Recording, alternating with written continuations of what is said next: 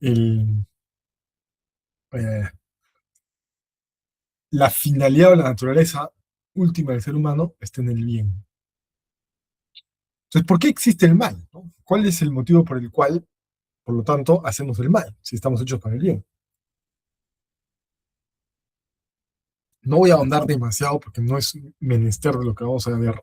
Simplemente voy a dar algunas nociones que son necesarias para el desarrollo del tema, porque ese es un tema bastante, el origen del mal es un tema que se puede analizar de muchísimas maneras, digamos, muy hondamente, ¿no?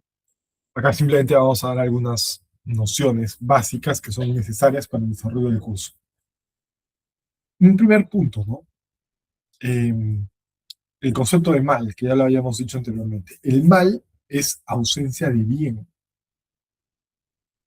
Entonces, por lo tanto, el mal en sí mismo no existe, ontológicamente hablando. Porque el mal, como repito, es ausencia de bien. Entonces, el origen del mal no puede recaer en Dios, como algunos dicen, ¿no? ¿Cuál es la falacia ahí? Como Dios ha creado todo, Dios también, por lo tanto, ha creado el mal. Y eso es una falacia, eso no es lógico. ¿Por qué? Porque, primero, porque por concepto el mal es ausencia y a Dios no le falta nada. Dios no tiene ninguna ausencia y nadie da lo que no tiene, ¿no? Y Dios es perfecto. Entonces, no puede crear algo no perfecto en términos ontológicos, ¿no? Y el mal es ausencia de vida. Entonces, ¿de dónde proviene el mal? Proviene del mal uso de la libertad humana. El ser humano se aleja del bien y fruto de ese alejamiento se genera el mal. Y ese mal, ¿no? Ese alejamiento ha tenido como consecuencia, como fruto, la concupiscencia, ¿no? Lo que se ha generado, o mejor dicho, la herida de la naturaleza humana. La naturaleza humana se ha visto herida. ¿Esto qué implica? Que ahora tenemos algo que se llama concupiscencia. ¿Qué es la concupiscencia? Es la tendencia al mal. Todos nosotros hemos tenido la experiencia de luchar contra el mal, ¿no? Este grafiquito por un lado el diablillo y por otro lado el angelito, ¿no? Todos la hemos tenido y la tenemos. Eso es justamente fruto de la concupiscencia. Este, San Pablo decía, ¿no? Líbrame de este aguijón, ¿no? Él graficaba la concupiscencia como un aguijón, como algo que te impide avanzar, ¿no? Entonces, esta imperfección es lo que genera que tengamos que luchar por hacer el bien. Y además aquello que um, nos inclina hacia el mal. Acá hay un punto importante desde el punto de vista antropológico, que no, como repito, no vamos a entrar demasiado en eso porque no nos da el tiempo para empezar, y es que la naturaleza humana está herida, pero no herida de muerte. Estamos malheridos, hay una herida en la naturaleza humana, pero es una herida subsanable. Bien, entonces, otro aspecto a considerar aquí, que los vicios, como son la habitualidad del mal, así como las virtudes nos van perfeccionando como personas, los vicios nos van alejando de nosotros mismos. Y en ese proceso, la conciencia moral, que también es un elemento de la razón práctica que hemos visto, se ve afectada. Hay dos, ¿cómo les digo? Dos imágenes o dos maneras de graficar esto, ¿no? Que yo suelo utilizar. Una, como, como el músculo de la voluntad. O sea, si tú no forjas tu músculo, si no haces ejercicio, por ejemplo, tus músculos se van atrofiando. Entonces, el momento en que quieras hacer un movimiento que implique fuerza y que requiera de la capacidad muscular, probablemente te pase algo, ¿no? Te lesiones o te hagas daño, porque tu músculo no está debidamente ejercitado. O también otra forma gráfica que pueden verlo es como un parabrisas, ¿no? El parabrisas es el elemento del automóvil o del vehículo que te permite ver por dónde vas y que evita que te caigas, ¿no? Tú a través del parabrisas ves el camino, ves hacia dónde vas, ves cuál es tu destino. Y si el parabrisas está manchado, pues probablemente o te choques o te pierdas o no veas bien el camino y puedas caerte en algún hueco, etcétera. Entonces, la conciencia tiene esa función de guiarte, tiene que estar limpia para poder guiarte. Bien, dos aspectos más que resaltar de los vicios antes de entrar propiamente en cada uno de ellos. Y es que los vicios, al igual que las virtudes, son similares o no son como comportamientos estándar, ¿no? ¿Esto qué implica? Que en la medida en que yo, al igual que en las virtudes, ¿no? En la medida en que yo voy adquiriendo un vicio, del mismo modo y al mismo tiempo, paralelamente voy adquiriendo otros.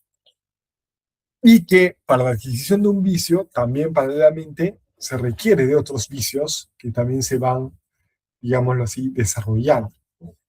Esto lo vamos a ver ahora más claramente en los ejemplos que vamos a dar. Bien, entonces, y un punto más. Ustedes van a percatarse que en todos los vicios hay un elemento en común que es el desorden. Eh, el vicio implica desorden.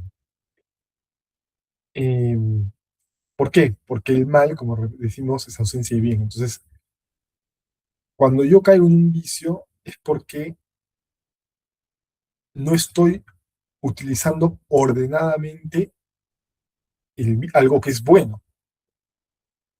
Ahí viene el problema. Ahí viene la raíz del problema.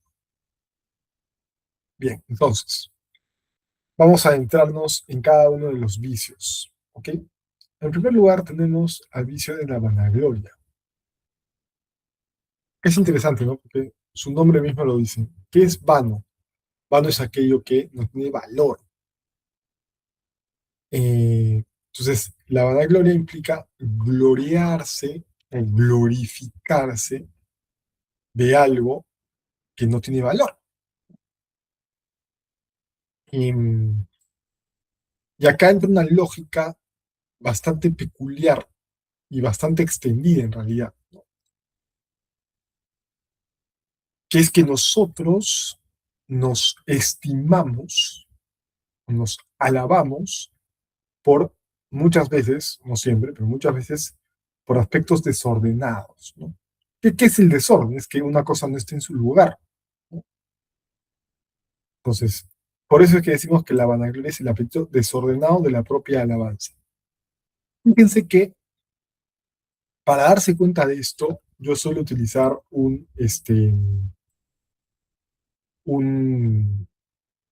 un ejemplo o una concatenación de eventos que permiten darnos cuenta de cómo es que esto funciona.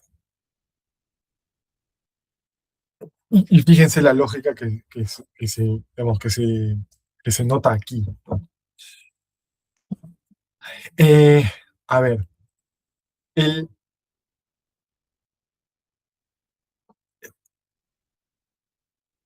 acá viene un punto importante, ¿no? La propia fama sin méritos. Si nosotros nos vamos a pensar respecto de los méritos, ¿no?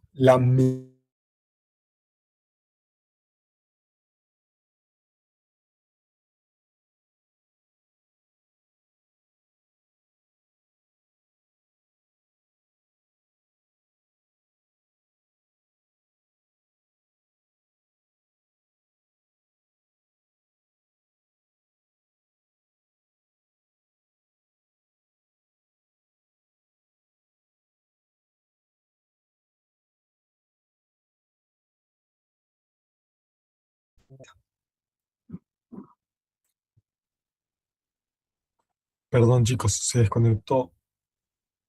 Voy a apagar un ratito la cámara porque tengo un problema de conexión para que haya más fluidez, ¿ya? Em, a ver, ¿cuáles son los pasos o el ejercicio que yo propongo para esto, que creo que puede ayudar a entender el punto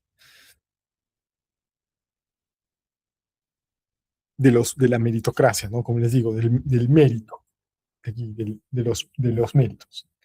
Nosotros, todas las personas, si hacemos un análisis bastante, este, eh, digamos, riguroso o profundo, ¿no? Basta hacer eh, una retrospectiva o un análisis retrospectivo respecto de el origen de nosotros mismos, el origen de nuestra propia realidad, ¿no?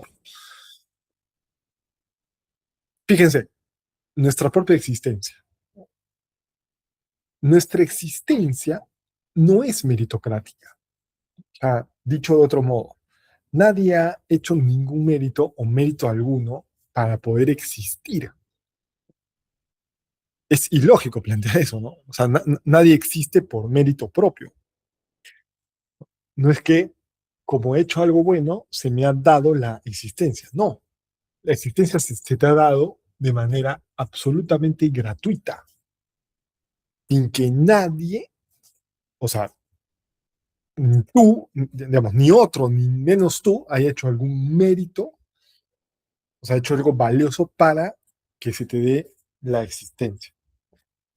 Entonces, ese punto inicial es importante tenerlo, porque eh, como repito, nuestra propia existencia no es mérito nuestro, ¿no? Segundo, nuestra configuración, digamos, por decirlo de algún modo, perdón, un segundito, por favor.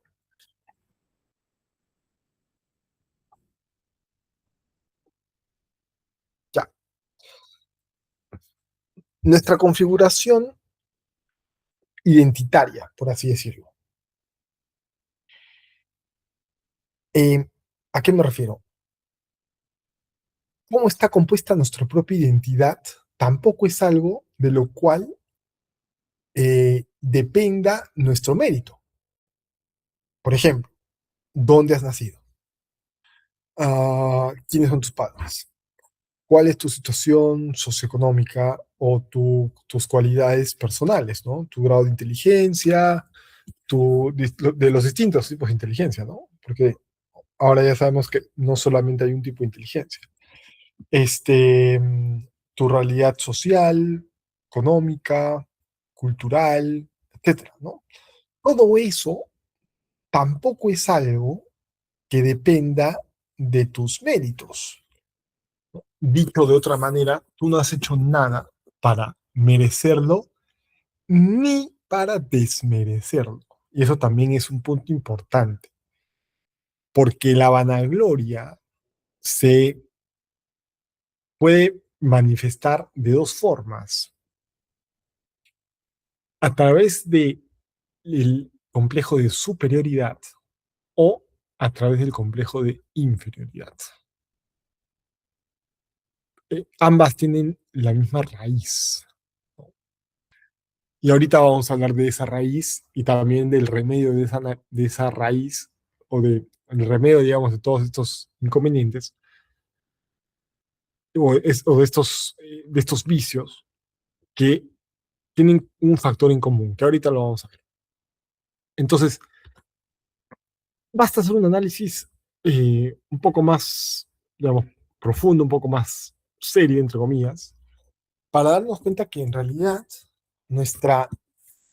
muchas de las cosas que tenemos, la gran mayoría, eh, no han sido aspectos que tengan detrás un mérito o mérito alguno. Y sin embargo, en nuestra vida, nosotros muchas veces actuamos como si realmente esos aspectos sí hayan tenido un mérito. O, repito nuevamente, un demérito. ¿Por qué es importante esto? Porque acá el desorden es nuevamente lo que tiene, digamos, entra a tallar de manera totalmente clave, porque hay que darle el verdadero lugar a nuestro mérito. Em, que tú tengas más o menos cualidades intelectuales, que tú tengas más o menos posibilidades económicas, que tú tengas determinada cualidad física, ¿no? O determinada em, falta de cualidad física o económica o inteligencia o cultural, en la grandísima mayoría de los casos no depende de ti. Es algo que no puedes controlar. Y sin embargo, son los elementos que muchísimas veces en la práctica son los aspectos en los cuales nosotros nos valoramos o nos gloriamos o alabamos. ¿Cuánta plata tengo? ¿Cuál es mi estatus social? Mi aspecto físico, mi inteligencia, mis cualidades personales, que soy una persona extrovertida o no sé, ¿no? Entonces, el problema, el problema no es en sí mismo que lo tengas, eso, o que no lo tengas. O al revés, como digo, ¿no? O sea, que te acomplejas por eso, ¿no? Tienes un complejo de inferioridad. Entonces, basarse en eso genera todas estas consecuencias, ¿no? Tú eres una persona jactanciosa, ¿no? Alguien que se jacta es alguien que todo el tiempo está sacando a la luz lo que tiene para ponerse por encima de los demás. Tú eres hipócrita porque, claro, no dices las cosas que realmente piensas, ¿no? Genera discordias, disputas. ¿Por qué? Porque realmente en el fondo estás reduciendo tu humanidad y tu dignidad a aspectos bastante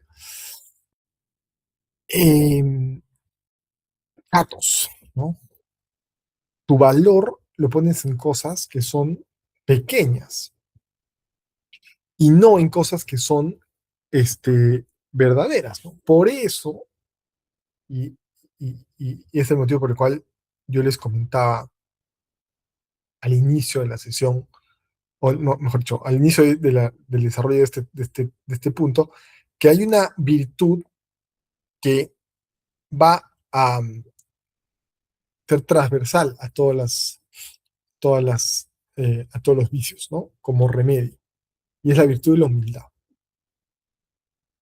¿Por qué es que la humildad es el remedio? Porque la humildad implica actuar en la verdad. Ay, perdón, chicos. La humildad es andar o vivir en la verdad. Y justamente la vanagloria y la soberbia, que son, yo suelo utilizar la imagen de el, un, un collar de perlas, digamos, que cada perla es una virtud, ¿no? O un vicio. Y en el caso de las virtudes, la pitita que une todas las virtudes es la virtud de la humildad. En el caso del vicio, la pitita que une todos los vicios es el vicio de la soberbia. Entonces, pues por eso ustedes van a ver que en todos los vicios, el remedio que se propone es la humildad. Em, Porque la humildad es vivir en la verdad de mí mismo, ¿no? ¿Por qué valgo? ¿Cuál es el valor que yo tengo? ¿Dónde radica ese valor?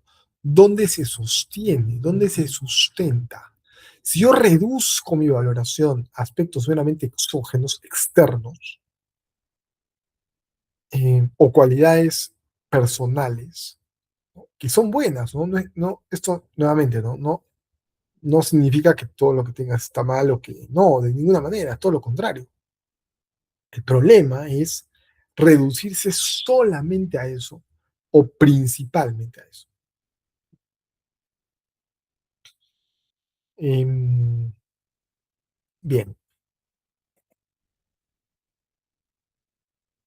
Luego tenemos a la avaricia. Entonces, la avaricia. Acá nuevamente hay un desorden. ¿En, en qué radica este desorden? La avaricia está relacionado al manejo o al uso que tenemos de los bienes exteriores o de los bienes materiales. Hay un apetito desordenado por los bienes materiales y los bienes exteriores, ¿no? Normalmente este apetito se traduce o se manifiesta en la acumulación excesiva. ¿Y dónde, digamos, cuál es la fuente? Porque esta es una de las claves, ¿no? ¿Cuál es la fuente que genera esta avaricia, ¿no? ¿Por qué se genera? Em, hay, eh, bueno, seguramente hay más aristas, ¿no? Pero hay dos principales. Primero, lo que habíamos comentado en la vanagloria, ¿no? Que es, y acá ven claramente cómo los vicios, al igual que las virtudes, no son compartimentos estancos, son, se relacionan, ¿no? Uno puede llevar al otro o uno puede sustentar el otro. Si yo, a ver, fíjense, ¿no? La lógica. Si yo me valoro, acuérdense de frente a la vanagloria, ¿no? Si yo me valoro por los aspectos que tengo o los bienes que tengo, entonces mientras más tenga, más valoración voy a tener, más me voy a valorar. Y a la inversa, mientras menos tenga, menos valoración voy a tener o menos me voy a valorar. Entonces, eso hace que digamos, haya un afán o un interés por la acumulación de esos bienes, ¿no? Em, si yo me valoro en base a las cosas materiales que tengo, en la medida en que tenga más y mejores cosas, tendré una mayor valoración. Hay otra forma en la que se da esta manifestación, o otra manera que este vicio se puede manifestar, y es el tema de la seguridad, ¿no? O sea, si yo pongo, ahora, un pequeño disclaimer o un paréntesis, ¿no? Claramente, creo que eso es bastante evidente, que los bienes materiales tienen, obviamente, un aspecto objetivo de seguridad, ¿no? O sea, te da cierto grado de seguridad, eso es evidente, ¿no? O sea, no hay forma de negarlo. Nuevamente, ¿cuál es el problema acá? El desorden, ¿no? El desorden en la seguridad. Cuando pones toda tu seguridad o la mayoría de tu seguridad, la pones en los bienes exteriores. Entonces, claro, si pones tu seguridad en eso, entonces, en la medida en que tengas más cosas, te sentirás más seguro. En la medida en que tengas menos cosas, te sentirás menos seguro. Y nuevamente esto parte de una visión antropológica errada, fruto de la concupiscencia. ¿A qué te puede llevar este, este, este vicio, ¿no? En primer término, puedes ir en contra de una virtud que es muy importante, una virtud cardinal que es la virtud de la justicia. ¿Por qué? Porque ustedes recuerden, cuando habíamos hablado de la virtud de la justicia, las virtudes, eh, perdón, la virtud de la justicia la justicia es el hábito de dar a cada quien lo que le corresponde, ¿no es cierto? Y ese dar, habíamos comentado, implica también no dar, ¿no? O evitar, o sea, o no hacer el mal. Entonces, ese no dar o ese evitar es justamente, por ejemplo, eh, preservar o respetar los bienes ajenos. Si yo, digamos, estoy frente a algo que no es mío, yo no puedo utilizar eso, pues que no es mío. Entonces la avaricia va contra esa virtud. ¿Por qué? Porque el otro se vuelve un obstáculo, se vuelve un problema, se vuelve hasta cierto punto, un enemigo. Porque si el otro tiene, significa que eso que tiene el otro yo no lo puedo tener, porque es de él, en justicia, ¿no? Para tenerlo se tendría que quitar. Entonces lo robo o cometo fraudes para engañar al otro y tener más bienes, ¿no? Y así sucesivamente, ¿no? ¿Cuántas veces este tema de la avaricia nos genera problemas graves, ¿no? Entonces, ¿cuál es el remedio o la forma en la cual podemos remediar este inconveniente? Nuevamente, en primer término,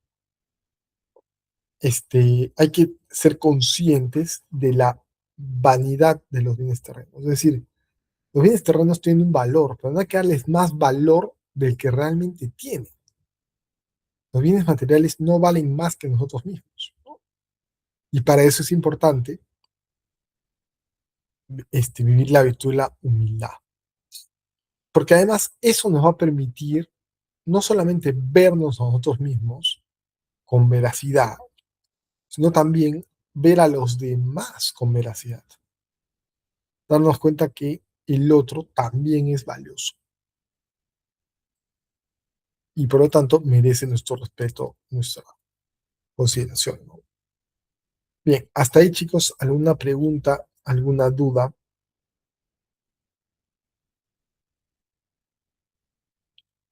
¿Algo que no haya quedado claro?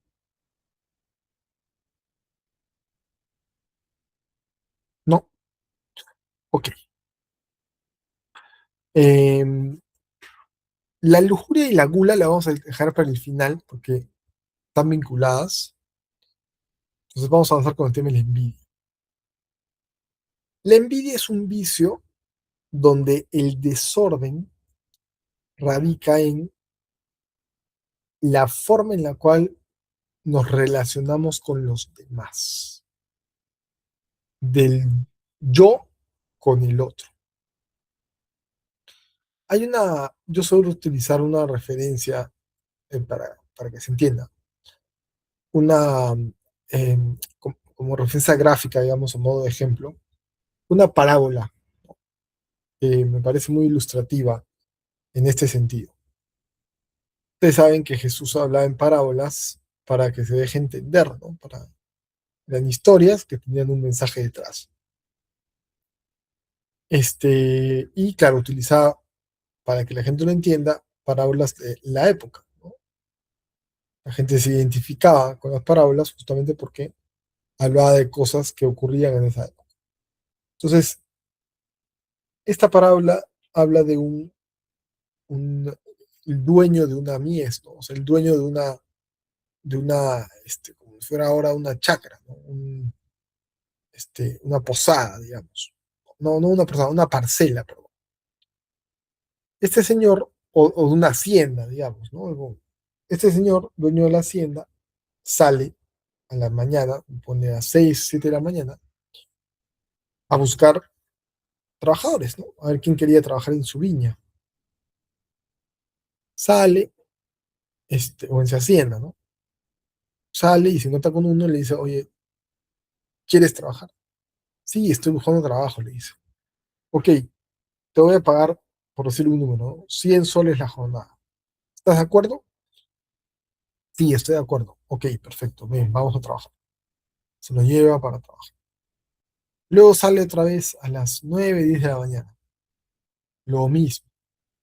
Se encuentra con uno que ya estaba medio preocupado, pues, ¿no? Porque ya había pasado buena parte de la mañana y no encontraba trabajo. Y se lo lleva a trabajar con él y le ofrece los mismos 100 soles. Luego vuelve a salir a las 12 1 de la tarde, al mediodía, ¿no? Ya el sol era abrasador, ¿no? Ya había hambre, el almuerzo, hora de almuerzo, y se encuentra con una persona que a esa hora no había encontrado dónde trabajar, estaba buscando un trabajo. Entonces le ofrece lo mismo. Dice, ¿quieres trabajar por 100 soles en mi esto? Sí, perfecto. Se lo lleva. Y hace lo mismo a las 3 4 de la tarde. Ocurre exactamente lo mismo. A las 6 termina la jornada, junta a todos los trabajadores y les paga su jornal. 100 soles a cada uno. El primero que entró a trabajar, cuando ve que el dueño le paga lo mismo que le está pagando a él, a los demás, se molesta con él y le dice, ¿por qué eres injusto? Y le dice, estoy parafraseando, ¿no? No es exactamente eso, pero es como que se queja. Y le dice, a ver, ¿cuánto yo te prometí o te ofrecí para que trabajes conmigo? 100 soles. ¿Cuánto te he dado? 100 soles. ¿Dónde está la injusticia? Pasa es que a ti te molesta que yo haya sido bueno con los demás. Y claro, él no había considerado que cuando él ya consiguió trabajo ya está tranquilo, ¿no? Tiene un lugar, o sea, le van a pagar su salario, por lo tanto va a tener con qué alimentar a su familia, va a estar bajo techo, ¿no? Va a tener un lugar donde descansar cuando puede trabajar, va a tener un lugar donde pueda tener un snack, un break del trabajo, etcétera, ¿no?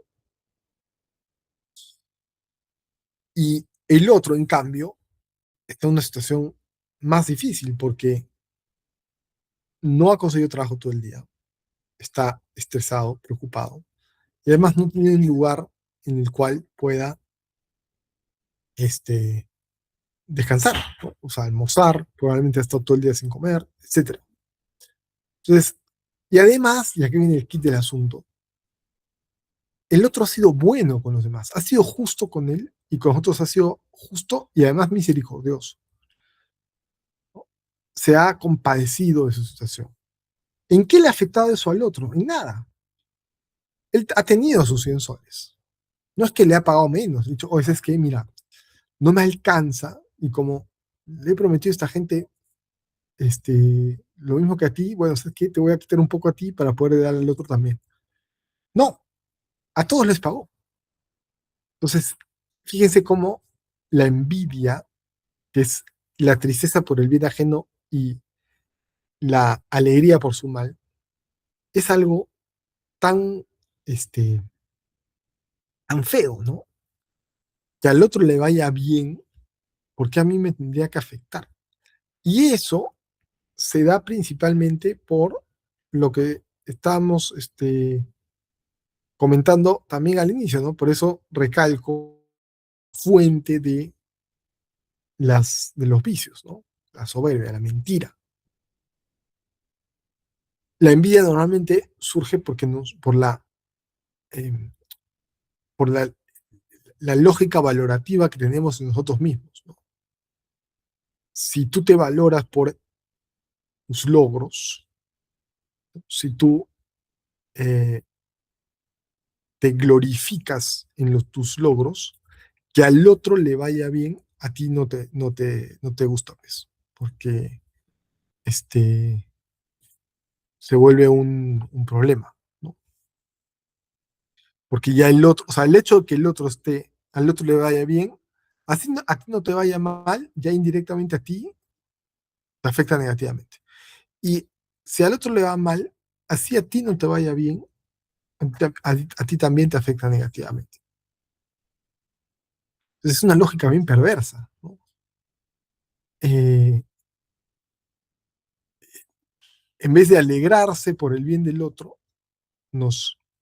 Y fíjense que nuestra sociedad peruana lamentablemente está, yo creo que este vicio está bastante enraizado en nuestra sociedad. Es una pena, ¿no? Porque es realmente bien autodestructiva. Eh,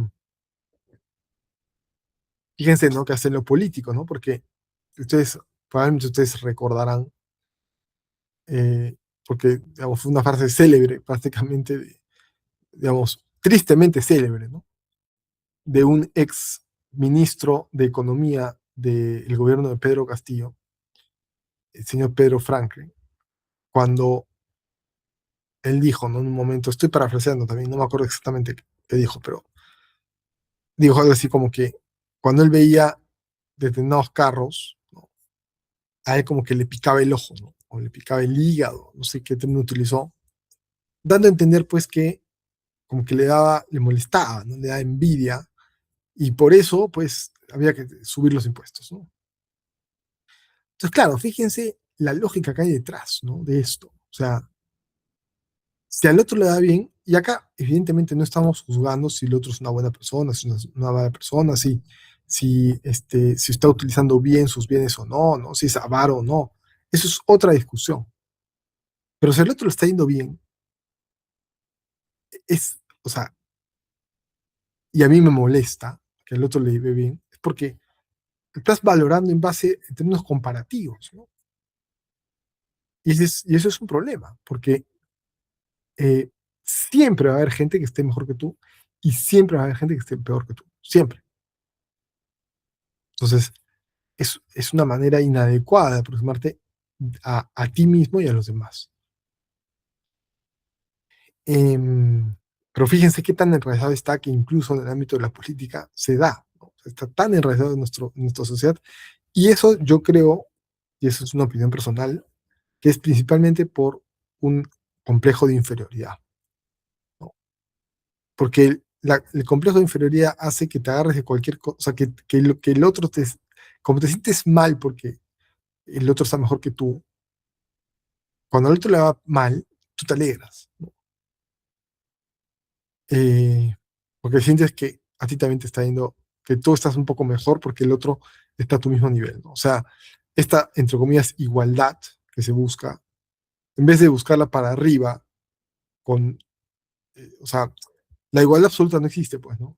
O sea, ahorita nosotros repartimos, si hacemos una chanchita y nos repartimos exactamente, no sé, 5 soles a cada uno, esa igualdad se va a romper al minuto, porque uno se comprará una galleta, otro la ahorrará, otro gastará los 5 soles, y al minuto habrá otra vez desigualdad. El problema no es eso, el problema es eh, cuando la actitud que yo tengo frente a esa diferencia, ¿no? Salvo pues que sea fruto de una injusticia, por supuesto, ¿no? Pero lo que me molesta no es la desigualdad, sino la injusticia. Ahí es distinto, ¿no? El ojo lo pongo en la injusticia, no en la desigualdad. Bien, entonces, ¿cuál es aquí el remedio, por lo tanto? Igual que en los otros casos, la humildad. Esa humildad nos va a permitir vernos a nosotros mismos de manera adecuada y nos va a permitir ver, sobre todo, a los demás de manera adecuada. Si yo veo de manera adecuada al otro, ya no lo veo como una competencia, no lo veo como un enemigo, no lo veo como, no, lo veo como alguien que es parte de mi naturaleza, ¿no? No todos tienen que ser nuestros amigos, obviamente, pero sí somos hermanos en humanidad, pues, ¿no? En la medida en que, y además, ¿no? En la medida en que al otro le vaya bien, a mí también me va a ir bien. Indirectamente me va a afectar positivamente, ya que estábamos hablando del tema económico, ¿no? O sea, una lógica muy sencilla, ¿no? Si hay personas que tienen más recursos, eso va a hacer indirectamente que a mí, o sea, yo podría aprovechar esa situación. Por ejemplo, si yo vendo un producto, no sé, si yo vendo toallas, a mayor poder adquisitivo habrá más gente que pueda comprar mis toallas.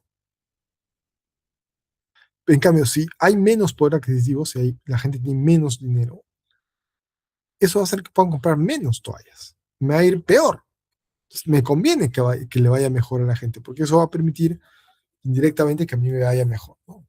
Entonces, Bien, pero como repito, para terminar con esto, la envidia surge también igual de una lógica inadecuada respecto de mi propia identidad, ¿no?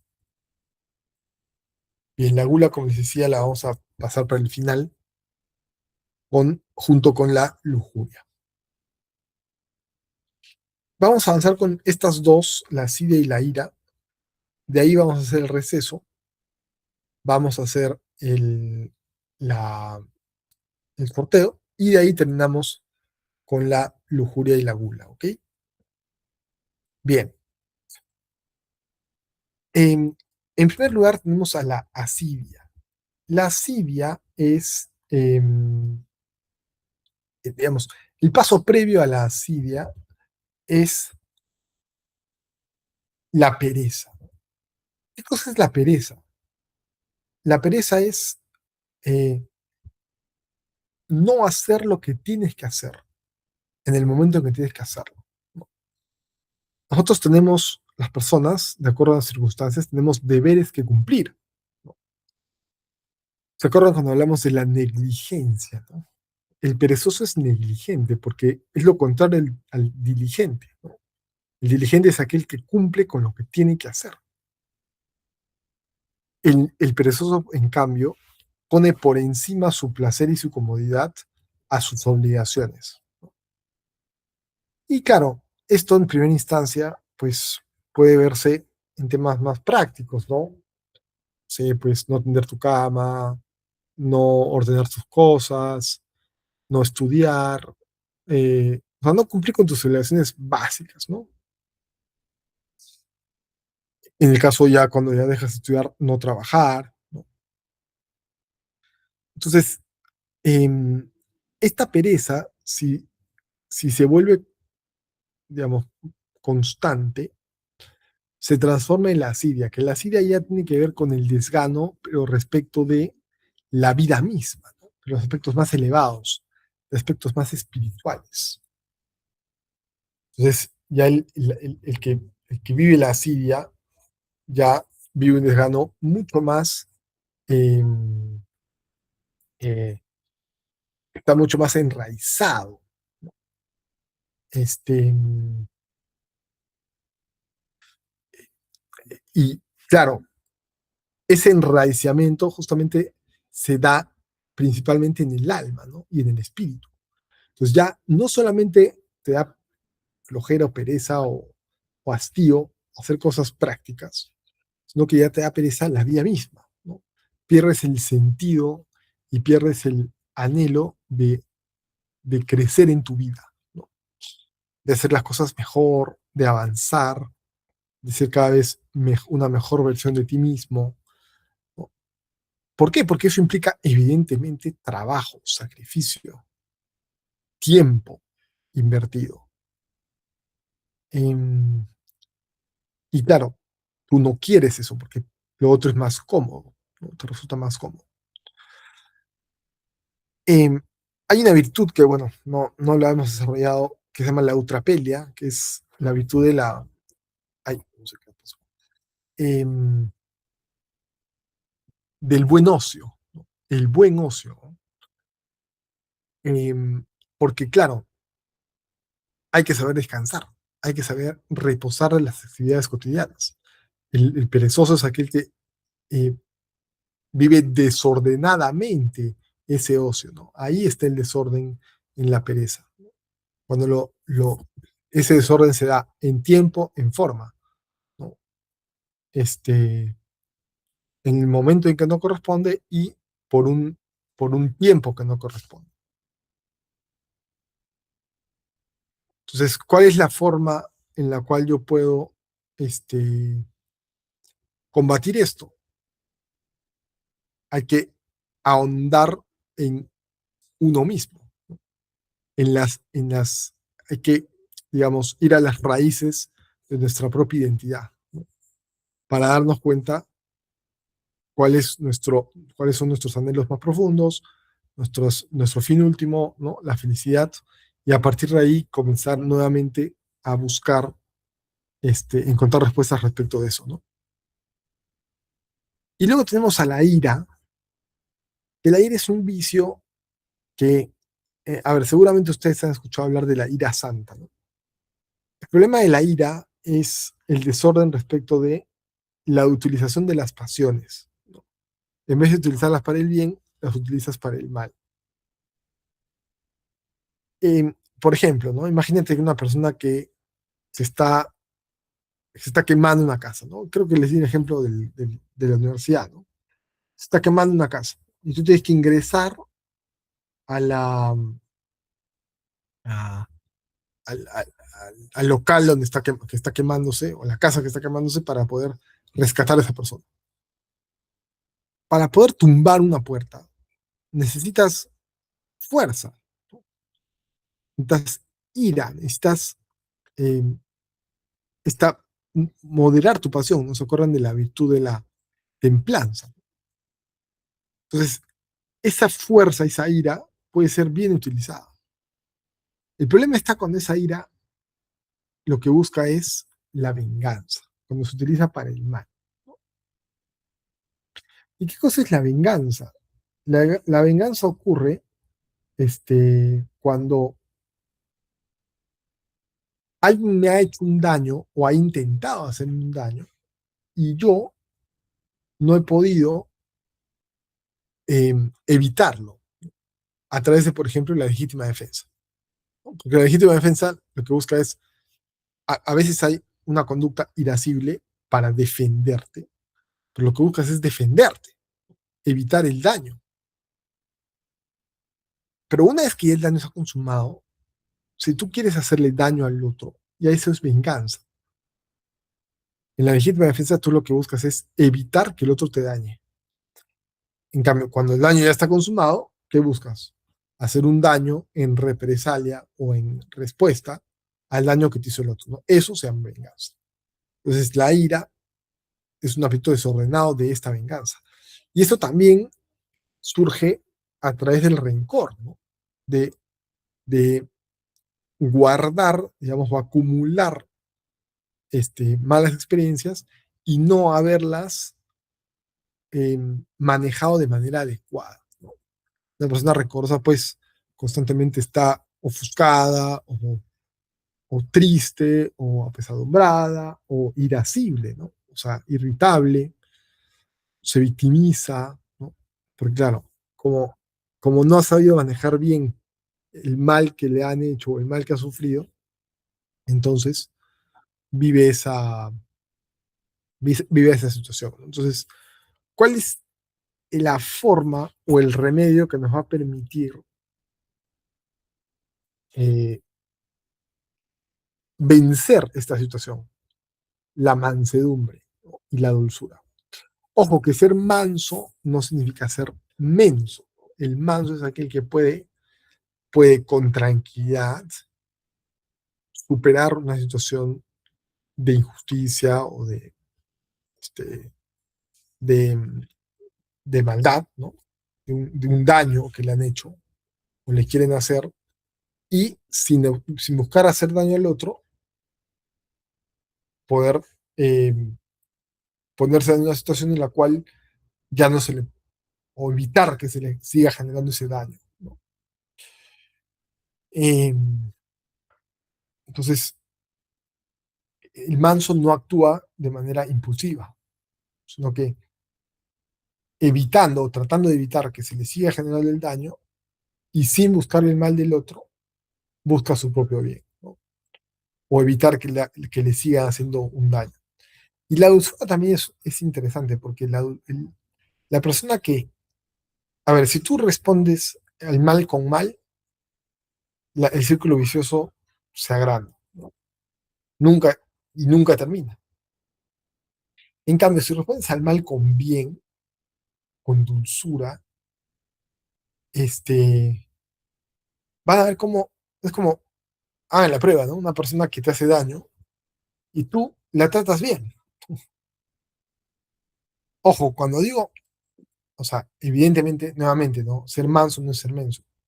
Si alguien te hace daño, tienes que defenderte, ¿no? Tienes que hacer valer tu dignidad, pero tratando bien al otro. Este, Eh, y cuando digo tratándolo bien, no me refiero a no diciendo, no siendo justos, ¿no? Sí, uno es justo, pero puedes tratarlo bien, o sea, buscar el bien del otro. Eh, y van a ver cómo la otra persona se descuadra, ¿no? Porque normalmente uno espera cuando alguien trata mal al otro que también lo trate mal. Pero si lo tratas bien, la otra persona seguramente se va a descuadrar, ¿no?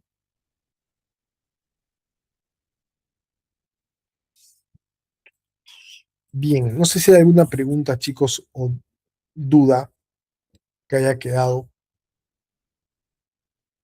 de los temas que hemos desarrollado,